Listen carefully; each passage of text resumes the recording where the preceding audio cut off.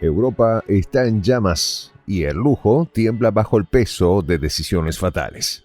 El escenario, que se desarrolla en los rincones más poderosos del viejo continente, ha tomado un giro inesperado, con un conflicto económico que amenaza con arrasar uno de sus sectores más brillantes. Europa lo sabe, el G7 lo sabe. Un movimiento en falso y los efectos se extenderán como una implacable tormenta ante cuya fúrica destrucción no habrá vuelta atrás. Putin ya puso de rodillas a Bélgica. ¿Cuánto más podrá resistir el resto de Europa? Los detalles, a continuación. ¿Quieres saber cómo se puede fundar la patria grande? Mira el final del video. La Unión Europea se estrella contra sus propias sanciones.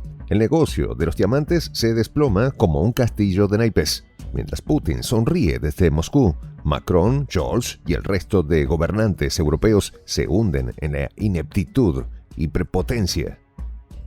El presidente ruso, siempre un paso adelante, observa cómo Europa hoy se desvanece y sus mercados siguen creciendo con nuevos socios en Asia. Una vez más, la Unión Europea chocó contra sus propias sanciones, como el Titanic contra un iceberg, declaró Leonid Sajanov, un experto en la industria. No es para menos. El embargo occidental impuesto a los diamantes rusos no solo no afectó en nada a Moscú, sino que ha sumido a Europa en una crisis comercial sin precedentes. Las sanciones que el G7 y la Unión Europea creyeron que serían un golpe letal para la economía rusa se han convertido en un boomerang devastador. El mercado europeo de diamantes ahora está en ruinas. Las pérdidas son asombrosas. En solo 6 meses, las exportaciones europeas de diamantes cayeron más de un tercio, desplomándose de 4.700 millones de euros en 2022 a apenas 3.200 millones en el primer semestre de 2023. Ni siquiera en plena crisis financiera mundial de 2009 los números fueron tan bajos. En aquel entonces las ganancias alcanzaron los 3.600 millones.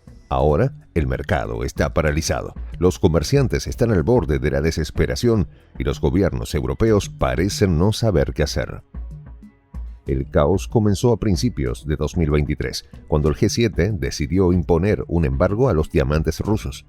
Con esto, pretendían aislar a Rusia y hacer que su economía colapsara. Sin embargo, lo que siguió fue un desastre absoluto para Europa, especialmente para Bélgica, cuya industria de diamantes representa el 94% de las exportaciones de la Unión Europea. Amberes, la ciudad que durante siglos ha sido el corazón del comercio de piedras preciosas, ahora sufre pérdidas históricas. Más de 1.500 millones de euros se esfumaron en un abrir y cerrar de ojos, y las cifras siguen cayendo. Los comerciantes de diamantes, acostumbrados a mover fortunas en el mercado internacional, han sido testigos de cómo sus negocios se detienen por completo debido a las sanciones impuestas desde Washington. Las sanciones, en teoría, parecían un plan estratégico, pero en la práctica se convirtieron en un obstáculo insalvable. El embargo no solo afectaba a los diamantes extraídos en Rusia, sino también a aquellos procesados o fabricados en terceros países, complicando aún más el comercio.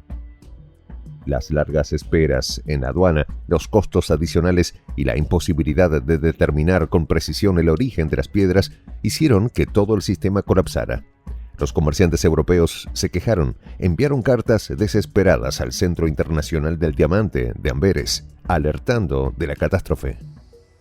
Debido a la amenaza de socavar un comercio centenario, decía la carta, exigía una revisión inmediata de las medidas. Sin embargo, la respuesta llegó tarde y mal. Europa había condenado su propio mercado y no había vuelta atrás.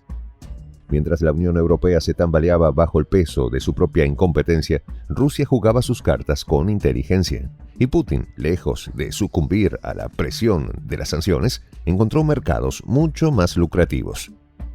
La India, que ya mantenía relaciones comerciales con Rusia, se convirtió en el mayor comprador de diamantes rusos. Solo en 2023, las exportaciones rusas a la India crecieron a más de 4 millones de quilates, y los expertos prevén que en 2024 esta cifra se disparará a 10 millones.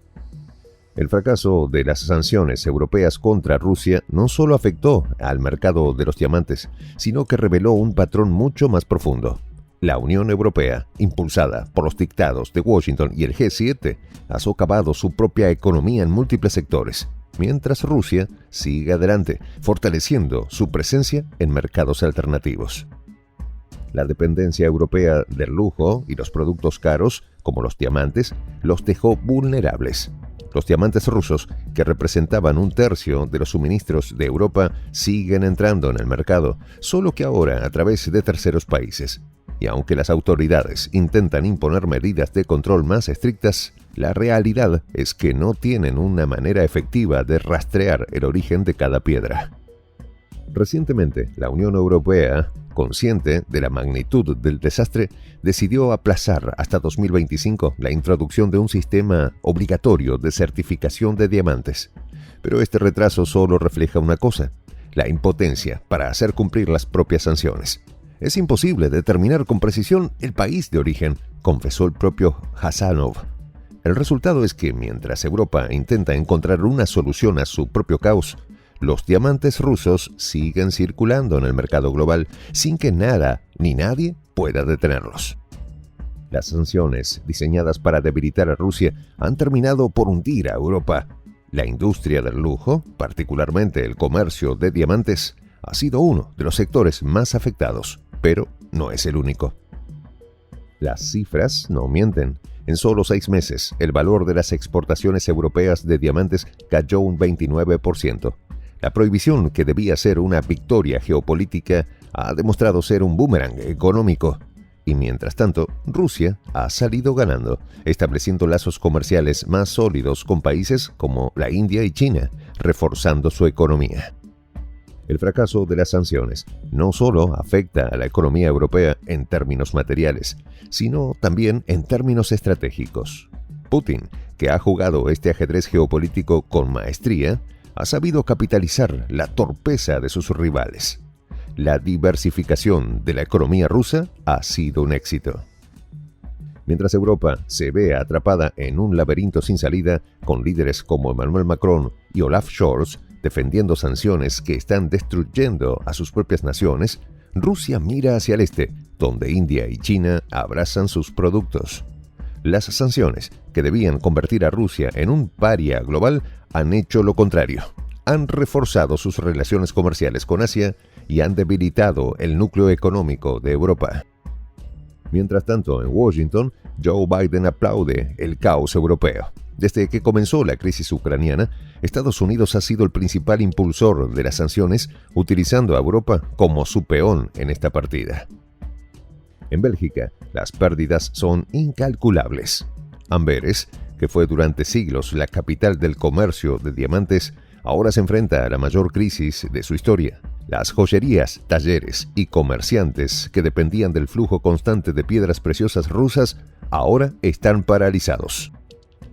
Las medidas impuestas por la Unión Europea, lejos de proteger su economía, han destruido un sector clave que contribuía miles de millones al PIB belga. Las pérdidas de 1.500 millones de euros en solo 6 meses son una herida profunda y no hay señales de que la situación vaya a mejorar a corto plazo. La situación es alarmante para toda la economía europea. Otros sectores, como el comercio energético y de producción de alta gama, también están sufriendo los efectos de las sanciones. Pero Macron y Scholz, lejos de rectificar, continúan impulsando medidas que están destruyendo las bases de sus economías. Así, en su afán por seguir los dictados de Washington, Europa ha permitido que sectores clave de su economía colapsen. ¿Hasta cuándo podrán los títeres del imperio seguir hundiéndose en el fango antes de ahogarse? En esta comunidad nos juntamos para, por ejemplo, conversar, interactuar, tener puntos de idea distintos, pero, por ejemplo, también tenemos un club de lectura donde leemos fragmentos de libros que consideramos que son importantes para crecer intelectualmente. También, por ejemplo, hacemos algo como lo que hace nuestro amigo el jefazo ahí en Bolivia. Les cuento la experiencia que me parece fascinante. Él tiene un restaurante ahí en Bolivia Y en ese restaurante, ahí viene lo que tiene, un televisor. Y ustedes dirán, pero qué impresionante, ¿en qué contribuye que un restaurante tenga un televisor ahí en Bolivia? Una cosa muy importante, porque él, cada vez que abre su negocio, prende su televisor y pone los videos de prensa alternativa. Con eso, todos los días, poco a poco, con pasos muy concretos, él hace que toda la gente que vaya a su restaurante vaya insumiendo el concepto de la patria grande. Y así, pasito a pasito, estamos construyendo la patria grande. Son esos pasos pequeños pero concretos que hacen posible que el proceso de la construcción de la patria grande sea algo que ya comenzó. Un hecho dinámico que no tiene retorno en la historia. Y de verdad, a nosotros nos gustaría que tú seas parte de esa propuesta. ¿Qué tienes que hacer? Muy simple. Dale clic en el botón unirse. De hecho, al hacerlo también contribuirás con una pequeña cantidad de dinero que permitirá que Prensa Alternativa produzca más y mejores videos. De verdad que te esperamos. La patria grande se va a construir cuando tú y yo y toda la gente de buena voluntad de América Latina y el Caribe comencemos a ser comunidad. ¿Cómo lo logramos? Interconectándonos todas las personas de buena voluntad que vivimos en América Latina y el Caribe. Y tienes una oportunidad de hacerlo, uniéndote a nuestra comunidad. Puedes hacerlo haciendo clic en el botón unirse que está en la parte de abajo. Soy el J, Juan José del Castillo, director del canal Prensa Alternativa. Si quieres ser parte de la comunidad de la Patria Grande, suscríbete a nuestro canal. Si es que quieres que te lleguen las notificaciones cada vez que subimos un video, activa la campanita. Si quieres apoyar a nuestro canal económicamente, puedes hacerlo a través de PayPal. El enlace está en la descripción del video. A nombre del equipo de Prensa Alternativa, me despido con esta expresión en el quechua milenario, Tupananchis Kama, cuya traducción es hasta volvernos a encontrar.